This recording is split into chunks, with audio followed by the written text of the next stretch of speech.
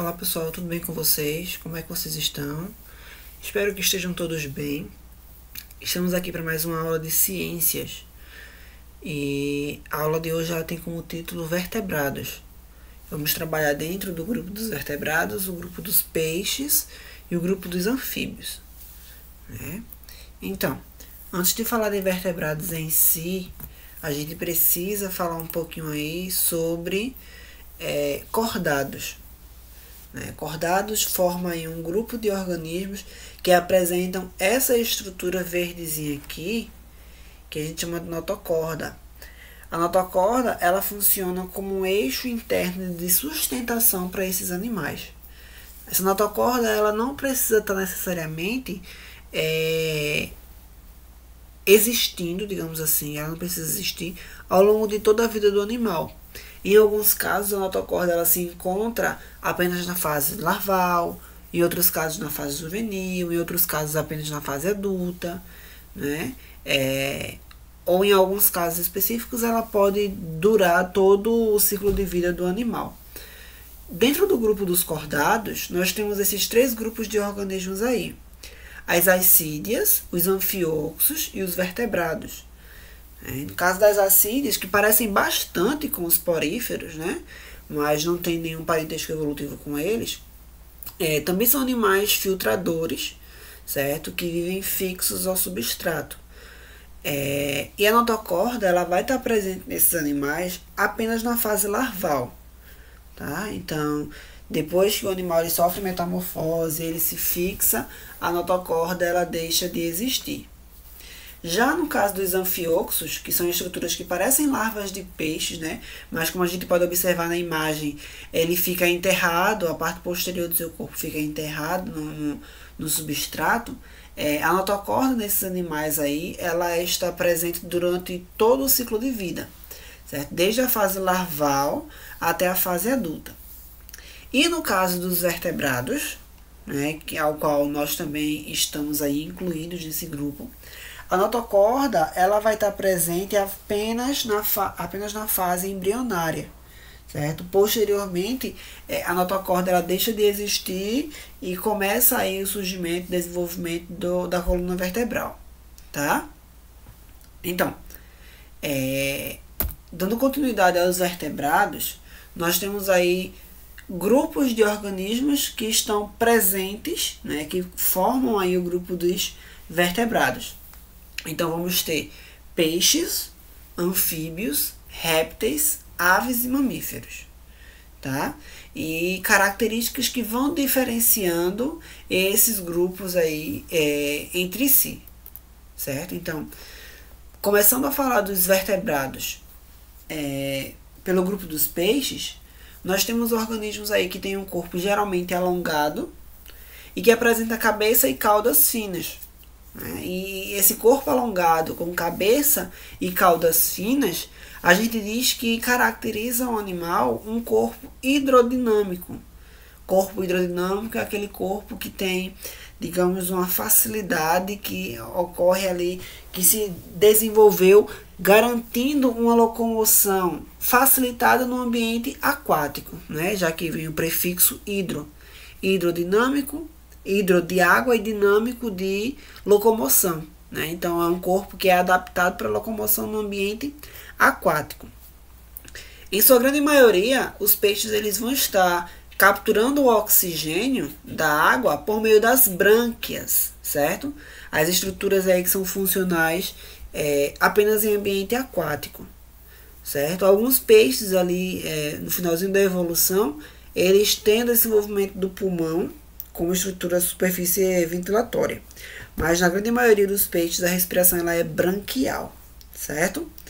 E são animais ectotérmicos. O que são animais ectotérmicos? Animais ectotérmicos são animais que não conseguem controlar a temperatura corporal. A temperatura corporal ela é controlada, digamos assim, ela é delimitada de acordo com o ambiente, né? Se o ambiente está mais frio, a temperatura corporal do animal tende a ser mais fria. Se o ambiente está mais quente, a temperatura tende a ser mais quente, tá? Então, o animal não dispõe de mecanismos que digam que, apesar do ambiente estar frio, eu tenho que manter minha temperatura quente. Ou apesar do ambiente estar quente, eu preciso manter minha temperatura fria. Não, esses organismos não têm essa capacidade, essa especialização, digamos assim, associada à temperatura. Certo? E falando ainda um pouquinho de peixes, a gente vem pontuar sobre a sua anatomia, sobre a estrutura corporal. Né? A gente fala aí de um corpo hidrodinâmico, de um corpo que tem uma especialização para o ambiente aquático, porque os seus membros locomotores também ajudam nessa especialização. Nesse caso, são as nadadeiras. Né? Então, nós temos aí nadadeiras dorsal, certo? Nadadeira caudal, nadadeira anal, nadadeira ventral, ou também chamada nadadeira pélvica, e nadadeiras peitorais. Então, esse conjunto de nadadeiras aí vão facilitar a locomoção, juntamente com seu formato corporal, no ambiente aquático, certo? Uma característica, para que a gente consiga entender um ponto lá na frente, é que a grande maioria dos peixes vai apresentar nadadeira raiada.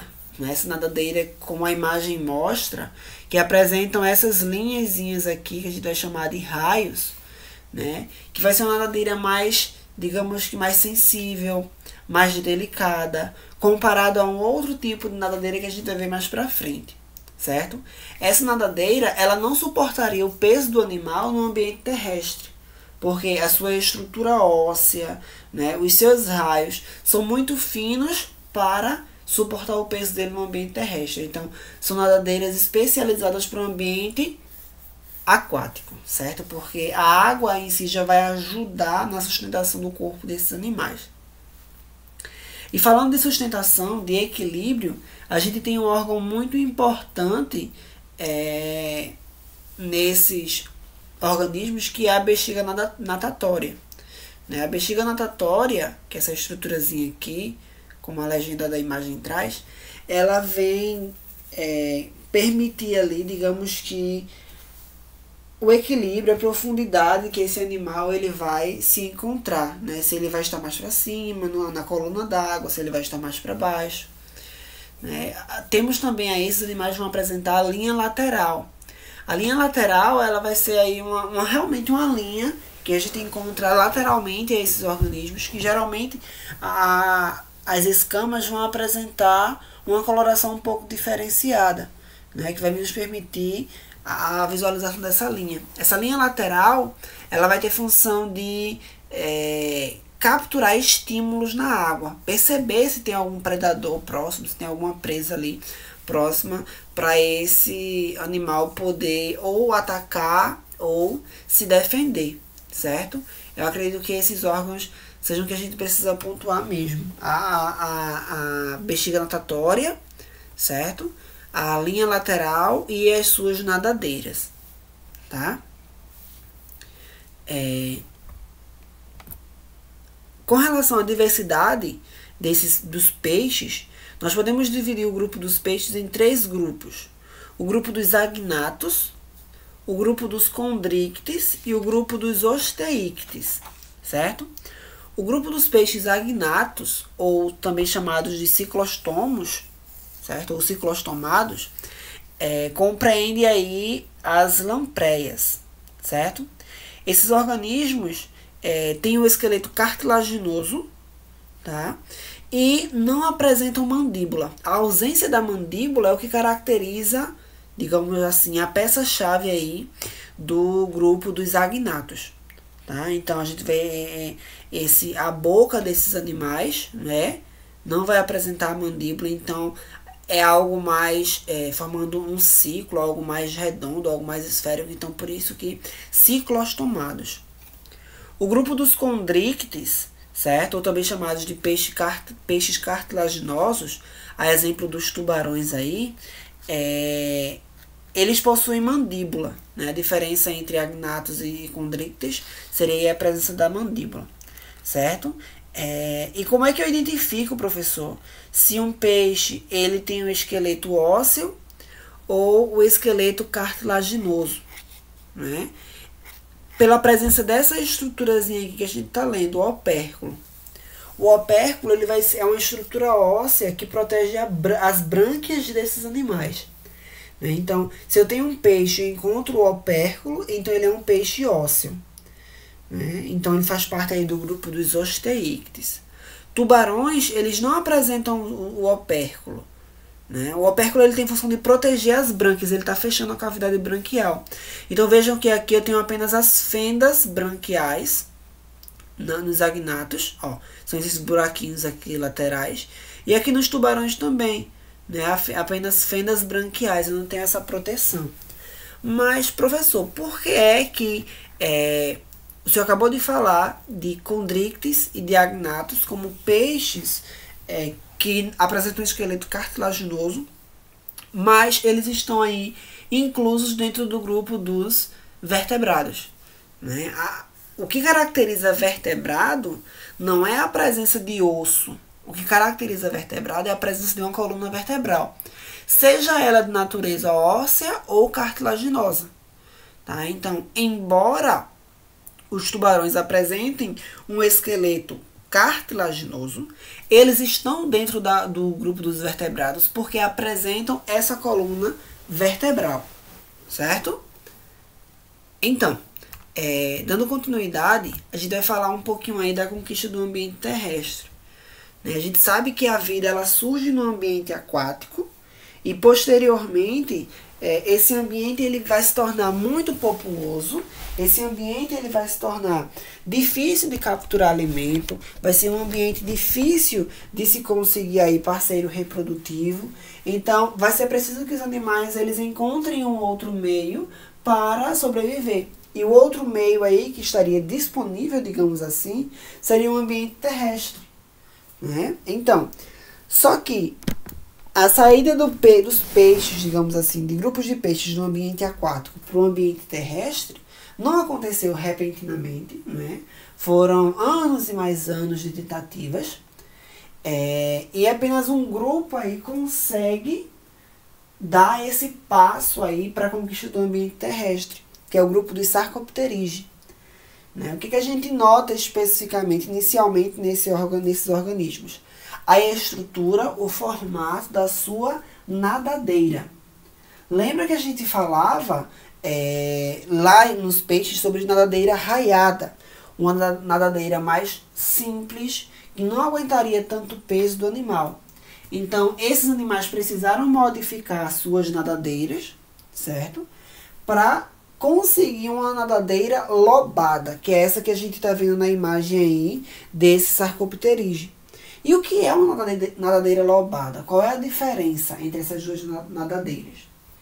A nadadeira lobada, ela vai apresentar uma fusão maior dos ossos, certo? Então, ele vai ter mais ossos, vai ser uma nadadeira mais rígida, mais forte, certo?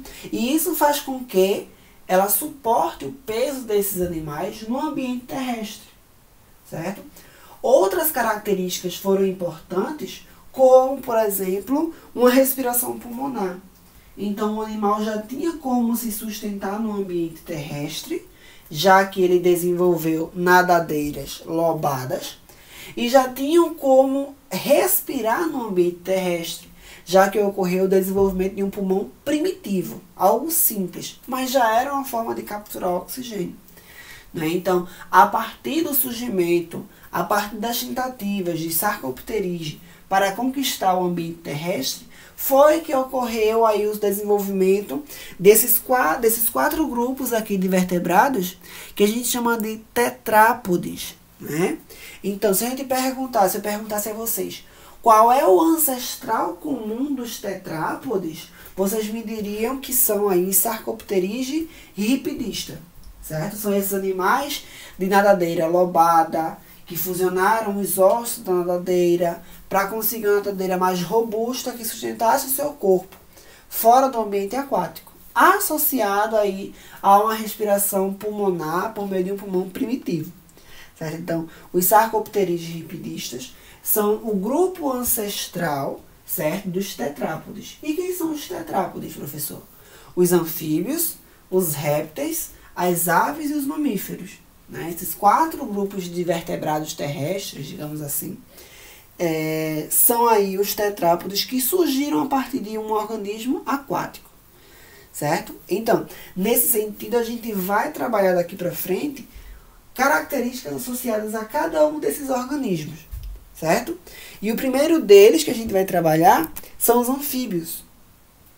Os anfíbios, eles apresentam um esqueleto mais robusto, como a imagem que está aí ao lado mostra, a presença de 4 pernas, né? O termo tetrápode, o prefixo tetra vem de 4 e podes, de apêndices, certo? De membros. Então, vão ser organismos que vão apresentar 4 membros, tanto répteis, quanto anfíbios, quanto aves, quanto mamíferos. Vão apresentar uma respiração pulmonar e cutânea, certo? E uma pele semipermeável. Por que esses animais apresentaram essas 2 formas de respiração? A respiração cutânea, unicamente, né, respiração por meio da pele, ela não digamos que, suficiente para que esse animal ele garanta suas necessidades. O oxigênio ele é de extrema importância para que um organismo consiga produzir energia, né? Então, um organismo precisa capturar muito oxigênio durante a sua vida, durante o dia, para que a energia ela esteja sendo produzida ali rotineiramente. Só que a pele, além dela capturar pouco oxigênio, boa parte do oxigênio que ela captura, ela mesma gasta, ela mesma consome, certo? Então, por isso que a respiração cutânea, a respiração pela pele unicamente, não é suficiente para garantir todo o oxigênio que o anfíbio possui, que o anfíbio necessita, né? Então, nesse caso, ele vai precisar, ele desenvolveu a respiração cutânea como uma forma, uma diferenciação, digamos assim, mas não foi suficiente e o pulmão teve que trabalhar aí junto com a pele, né? Então, nesse sentido, eles têm essas 2 formas de respiração, de captura de oxigênio. Então, para que a respiração cutânea aconteça, é preciso, certo, que a pele ela seja semipermeável, seja uma pele úmida, tá? Para que ocorra a troca gasosa de maneira mais facilitada. E além desse sentido, continuam aí, assim como os peixes, são animais ectotérmicos, ou seja, animais que não controlam a temperatura corporal. A temperatura corporal ela vai ser variável aí de acordo com o ambiente, certo? Dentro dos anfíbios, nós temos 3 grupos. O grupo dos anuros, que agrupam aí sapos, rãs e pererecas. O grupo dos urodelos, ou também chamados de caudados. E o grupo dos ápodes, ou também chamados aí de cecílias, tá? São aí a diversidade de anfíbios que a gente vai encontrar no ambiente, certo? O grupo dos anuros são anfíbios que são desprovidos de caudas, certo? Como a gente consegue observar nos sapos, nas rãs e nas pererecas. A gente encontra hoje cerca de 6.000 espécies descritas, que tem aí a sua abundância maior em regiões tropicais e temperadas úmidas de todo o planeta, certo? O que a gente pode observar de semelhança entre esses organismos é que durante o período reprodutivo, o macho ele vai produzir um canto para atrair a fêmea, né? Faz parte do ato reprodutivo desses organismos. E a gente vai chamar esse canto de coachado, tá? Então, quando a gente encontra um sapo vocalizando, ou seja, fazendo aquele barulhinho, geralmente quando está chovendo, isso tem bastante, ele está cantando, digamos assim, para tentar atrair a fêmea para se reproduzir, certo? Já no caso dos caudados, a gente encontra aí, ou também chamados de urodelos, né? A gente vai encontrar animais que são dotados de caudas, né? E também vão apresentar 4 apêndices. Os principais representantes desses grupos são as salamandras e os tritões. A maioria das espécies dos caudados, elas vão ser carnívoras, certo? E terrestres. E a fecundação ela vai ser interna, ou seja, vai acontecer durante o período reprodutivo, a fecundação acontece dentro do corpo da fêmea. Né? E o último grupo aí, o grupo dos ápodes, ou também chamados de cecílias, como o próprio nome já diz, são organismos que são desprovidos de pernas, de apêndices. Né? O prefixo a letrinha A aí, vem de uma negação, e podes de apêndices. Certo? Então são animais que não têm apêndices. Mas com relação à fecundação, ela também vai ser interna. Tá?